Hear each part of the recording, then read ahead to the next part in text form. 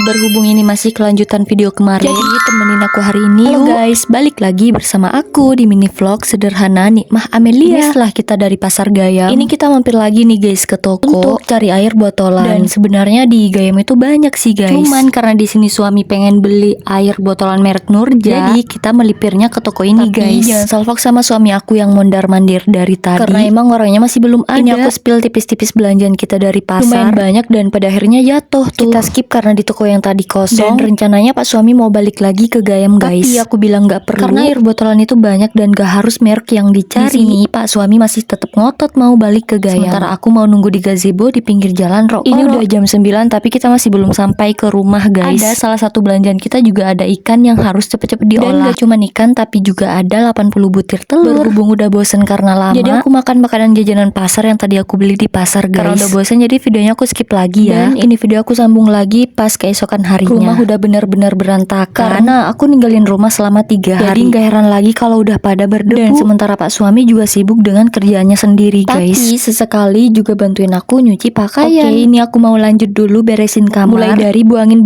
perintilan yang gak dipakai. Untuk bantalnya aku juga mau taruh ke bawah dulu, karena setelah itu aku mau bersihin kasur guys. Udah paling bener beresin kamar tiap hari, karena satu hari kita tinggalin aja. Di sini tuh udah pada berpasir. Secara rumah kita juga masih belum diapa-apain. Tapi gak apa-apa, harus tetap disyukuri guys. Karena di luar sana banyak juga kok orang yang baru nikah terus masih tetap sama orang tua. Dalam artian masih belum punya rumah sendiri. Walaupun di sini sebenarnya pasti ada enak dan gak enaknya guys. Dan enaknya hubungan rumah tangga kita lebih privasi. Walaupun juga dalam rumah kelihatan berantakan, kalau capek kita bisa beresinnya kapan aja. Juga bisa istirahat dan bangun kapan aja. Ya kira-kira kayak gitulah enaknya punya rumah sendiri. Tapi beda lagi nih, gak enaknya tuh kalau lagi sakit mau gak mau ya kita harus tetap ke dapur guys. Secara tempat kita juga jauh dari keramaian. Jadi kalau sesekali kita pengen beli nasi, harus ngelewatin beberapa desa dan baru kita dapat. Sangat beda jauh dengan tempat tinggal aku yang di Bajo. Jadi menurut aku tinggal di Madura bener-bener dilatih untuk hidup mandiri guys. Tapi seperti yang aku bilang tadi, nggak apa-apa. Walaupun keadaan bagaimanapun harus tetap disyukuri. Oke, beres-beresnya aku cukupkan sampai di sini. Jumpa lagi di video aku selanjutnya.